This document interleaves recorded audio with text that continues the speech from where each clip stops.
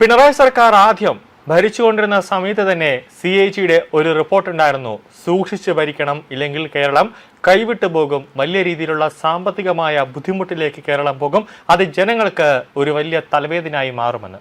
പക്ഷേ അതൊന്നും തന്നെ CAG റിപ്പോർട്ട് ഒന്നും തന്നെ പിണറായി സർക്കാർ ചെവികൊണ്ടില്ല.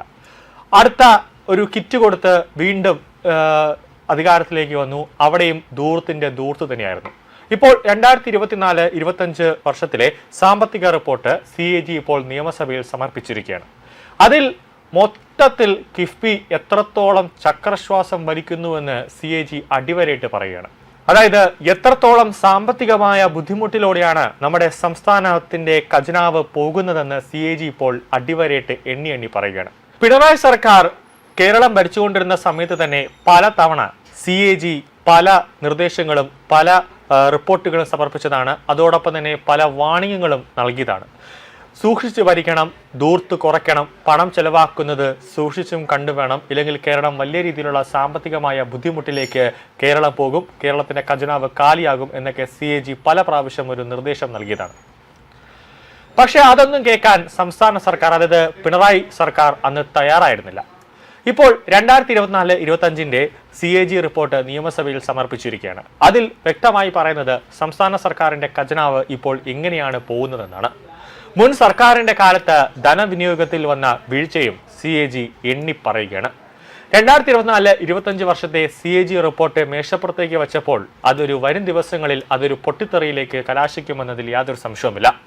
ഓഫ് ബഡ്ജറ്റ് കടമെടുപ്പ് വലിയ ബാധ്യതയെന്ന് CAG റിപ്പോർട്ടിൽ പറയുകയാണ്. തീർപ്പാക്കാത്ത ബാധ്യത മാത്രം 3511 കോടിയാണ്. ദുരിതാശ്വാസ നിധിയിൽ നിന്ന് 262 കോടി സഞ്ചിത നിധിയിലേക്ക് ക്രമരഹിതമായി മാറ്റിയെന്നും ധനമാനേജ്മെന്റിലും പാളിച്ച ഉണ്ടെന്ന് CAG കണ്ടെത്തിയിരിക്കുകയാണ്. സംസ്ഥാനത്ത് കിഫ്ബിയും അതായത് പെൻഷൻ കമ്പനിയും വൻ ബാധ്യതയായെന്ന് CAG വ്യക്തമാക്കി അടിവരയിട്ട് പറയുകയാണ് റിപ്പോർട്ടിൽ. ഓഫ് ബഡ്ജറ്റ് കടമെടുപ്പ് വലിയ ബാധ്യതയെന്ന് ചൂണ്ടിക്കാട്ടിയാണ് CAG ഇപ്പോൾ റിപ്പോർട്ട് നൽകിയിട്ടുള്ളത്. ഓഫ് ബഡ്ജറ്റ് കടബാധ്യത 39,230 കോടി രൂപയാണ്. സംസ്ഥാനത്ത് കടമെടുപ്പ് തുടരുകയാണെന്നും തീർപ്പാക്കാത്ത ബാധ്യത മാത്രം 3511 കോടി ഉണ്ടെന്നുമാണ് CAG വിശദമാക്കുന്നത്. മുഖ്യമന്ത്രിയുടെ ദുരിതാശ്വാസ നിധിയിലും വകമാറ്റലുണ്ടായി. ദുരിതാശ്വാസ നിധിയിൽ നിന്ന് 262.6 കോടി സഞ്ചിത നിധിയിലേക്ക് ക്രമരഹിതമായി മാറ്റിയെന്നാണ് CAG കണ്ടെത്തിയിരിക്കുന്നത്. റവന്യൂ കമ്മിയും ധനക്കമ്മിയും കുറച്ചു കാണിക്കാനായിരുന്നു ഈ നടപടിയെന്നാണ് CAG റിപ്പോർട്ട് വിശദമാക്കുന്നത്. മുൻ സർക്കാരിന് ധനമാനേജ്മെന്റിലും പാളിച്ച ഉണ്ടായെന്ന് വ്യക്തമാക്കുന്നതാണ് റിപ്പോർട്ട്. 2024-25 വർഷത്തെ സാമ്പത്തിക അവലോകന റിപ്പോർട്ടാണ് സഭയിൽ അവതരിപ്പിച്ചത്.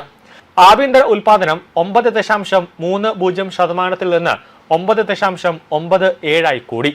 റവന്യൂ വരവിൽ 3% മാത്രം വളർച്ചയാണ് ഉണ്ടായത്. കേന്ദ്ര സഹായത്തിൽ 42% കുറവുണ്ടായി. ചെലവിൽ 8.97% കൂടുതലുണ്ടായി. റവന്യൂ ചെലവിന്റെ 64.40%, വരവിന്റെ 80% ശമ്പളമടക്കമുള്ള ആനുകൂല്യങ്ങൾക്കായി ഉപയോഗിക്കുന്നുവെന്നാണ് റിപ്പോർട്ടിൽ വിശദമായി പറഞ്ഞത്.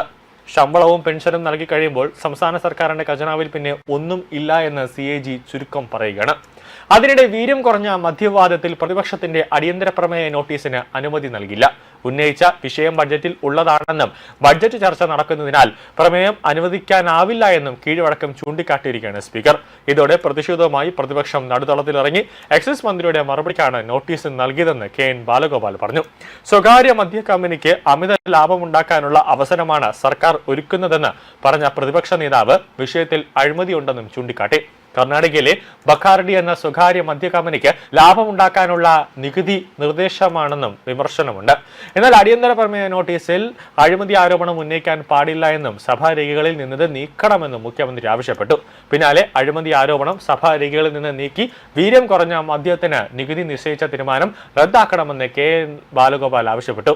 നികുതി ഏർപ്പെടുത്തിയ തീരുമാനത്തിൽ സർക്കാർ മറുപടി പറയണം. ഇല്ലാത്ത റൂൾ ചൂണ്ടിക്കാട്ടിയാണ് അടിയന്തര പ്രമേയത്തിന് അനുമതി നിഷേധിച്ചതെന്നും KN ബാലഗോപാൽ നിയമസഭയിലേക്ക് പറഞ്ഞു. എന്നാലും വരും ദിവസങ്ങളിൽ ഈ മദ്യനയവുമായി ബന്ധപ്പെട്ട് നിയമസഭയിൽ ആളിക്കത്താനുള്ള സാധ്യത കൂടുതലാണ്.